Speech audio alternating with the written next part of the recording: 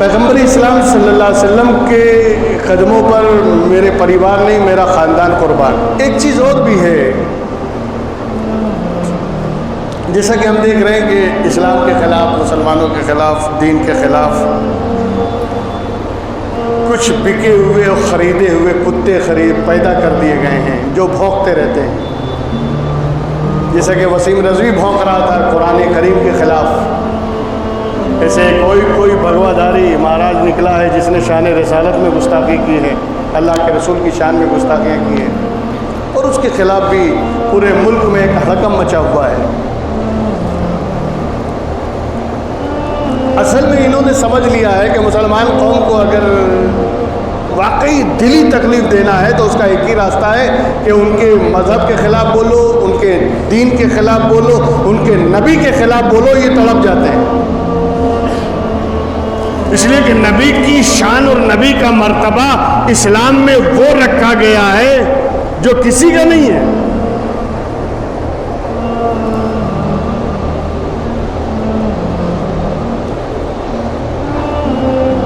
اسی لیے تو اعلیٰ حضرت فاضل بریلوی رضی اللہ تعالیٰ عنہ نے جو اپنے شعر میں کہا وہ تو کہا، علامہ اقبال کہتے ہیں کہ تم دین کے ماننے والے ہو نا، تم اسلام کے ماننے والے ہو، یہ سمجھتے ہو کہ دین کیا ہے؟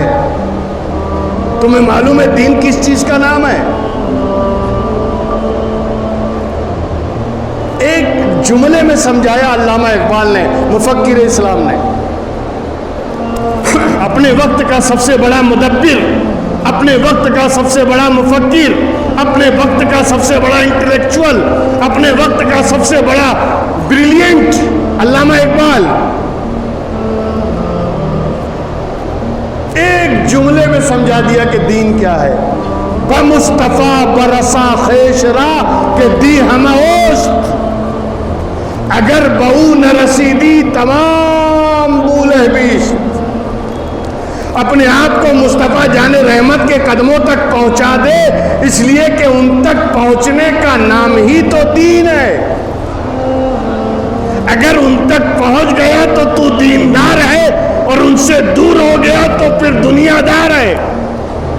یہی فرق ہے۔ اگر دین چاہیے اپنے آپ کو سرنڈر کرو مصطفیٰ کی بارگاہ میں، نقش قدم بنا لو مصطفیٰ جان رحمت صلی اللہ علیہ وسلم کے نقش قدم کو، اس لیے کہ ان کے نقش قدم پر چلنا، ان کی سنتوں کو اپنانا، ان کے کہے کو ماننا، ان کے کہے پر عمل کرنا، اسی کا نام دین ہے، اسی کا نام اسلام ہے، اور اسی کا نام شریعت ہے۔ بمصطفیٰ برسا خیشرا کے دی ہماؤس، اپنے آپ کو مصطفیٰ تک پہنچا دے، اس لیے کہ ان کی بارگاہ تک پہنچ جانا ہی دین ہے۔ اور اگر اس سے تو دور ہوا اور اپنے آپ کو وہاں تک نہیں پہنچایا یا اپنے آپ کو سچا عاشق رسول نہیں بنایا تو علامہ اقبال کہتے ہیں تمام ابو لہبیز، تو تیرا شمار بھی ابو لہب کی ٹولی میں ہو جائے گا۔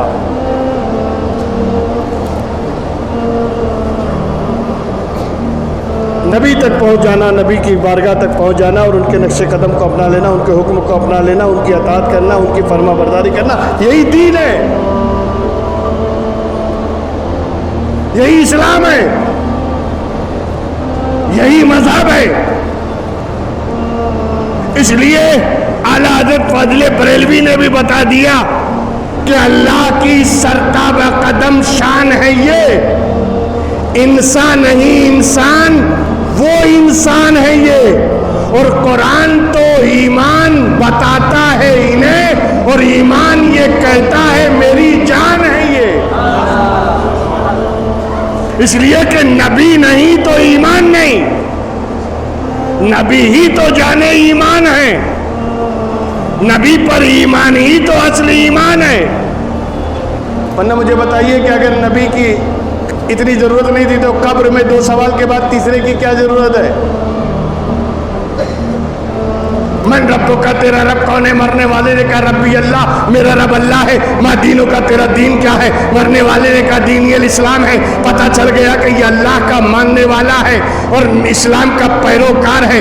اس 2 سوال کے بعد اب تیسرے کی کیا ضرورت بچتی ہے؟ جب اللہ کا ماننے والا ہے، اللہ کو رب مانتا ہے، اللہ کو خالق مانتا ہے، اللہ کو مالک مانتا ہے، اللہ کو پروردگار مانتا ہے، اللہ کو اپنا पब्लिशर, चेरिस्टर, क्रिएटर सब तो मान रहा है। जब अल्लाह को मान रहा है, दीन को भी मानता है, इस्लाम का नाम ले लिया, इस्लाम का पैरोकार है, इस्लाम पे चलने वाला है, इस्लाम का मानने वाला है, अब तीसरे की क्या जरूरत? नहीं, मा कुंता तकुलो फी शान हादर रजुल, इस मर्द के बारे में क्या कहता है, इस मर्द के बारे में क्या कहता है, ये तीसरा सवाल कंप्लीट कर, तब पहले के दो जवाब तेरे एक्सेप्टेड किए जाएंगे, और अगर तीसरा तुझे नहीं आया तो पहला भी रिजेक्टेड हो जाएगा। इसलिए जब मरने वाला पलट कर देखता है इस मर्द के बारे में क्या कहते हो, तो देखता है जनाब आका इनामदार, मदनी ताजदार, रूही फिदा जनाब मोहम्मद रसूलुल्लाह सल्लल्लाहु अलैहि वसल्लम कब्र में जलवा अफरोज है, पहचान जाता है ये तो हमारे नबी हैं, ये तो हमारे रसूल हैं, इनका तो हम कलमा पढ़ते थे। जब तूने उनको पहचान लिया, अब तेरा खुदा को पहचानना भी कबूल है, इस्लाम को दीन मानना भी कबूल है, और अगर उन्हें नहीं पहचाना तो फिर कुछ कबूल नहीं। पता ये चला कि अल्लाह को मानना, दीन को मानना ये ईमान है, मुस्तफ़ा को मानना जाने ईमान है। अगर तूने उन्हें नहीं पहचाना, तेरा सारा जवाब खुदा की बारगाह में रिजेक्ट कर दिया जाएगा। इन्हें मानता है कि नहीं, इन्हें पहचानता है कि नहीं, इनके वसीले से मुझे माना है कि नहीं। इनके वसीले से अगर तूने माना है तो यकीनन तू मोमिन है, तो नबी का वसीला ज़रूरी है ना, नबी जाने ईमान है। और इसीलिए ये चाहते हैं नबी की मोहब्बत, नबी का इश्क, नबी की चाहत इस उम्मत के दिल से निकाल दो। इसीलिए कभी कुरान पे हमला, कभी कुरान की किताबों पे, कुरान की आयतों पे हमला, कभी नबी की ज़ात को टारगेट, कभी नबी की ज़ात को निशाना बनाया जा रहा है, और ये जांचा जा रहा है कि अभी मोहब्बत रसूल इन ईमान वालों में मौजूद है कि नहीं, और अगर है तो फिर तड़प जाना चाहिए, उसके खिलाफ सारी कानूनी काराजोई और चाराजोई जो भी करना हो करे। ये मत सोचो फला क्यों नहीं बोला, फला हजरत क्यों नहीं बोले, वो क्यों नहीं बोले। अबे कुल्लु यामलु अला शाकिलती, हर आदमी अपने दायरे और अपनी ताकत के मुताबिक काम कर रहा है। ये मत सोचो कि कोई कुछ नहीं कर रहा है, जिसका जो काम है वो कर रहा है। ये सोच के तू क्या कर रहा है, तू खाली कमेंट कर रहा है, तू खाली उंगली उठा रहा है। तूने क्या किया है? क्या तू नबी का उम्मती नहीं? क्या तू नबी का कलमा पढ़ने वाला नहीं? क्या तूने नबी के नाम पर अपने आप को मुसलमान नहीं कहा? क्या तू नबी की मोहब्बत करने वाला नहीं? दूसरों पे उंगली उठाता है कि वो ही नहीं बोले, वो ऐसा नहीं बोले, वो ऐसा नहीं बोले। तूने क्या बोला है?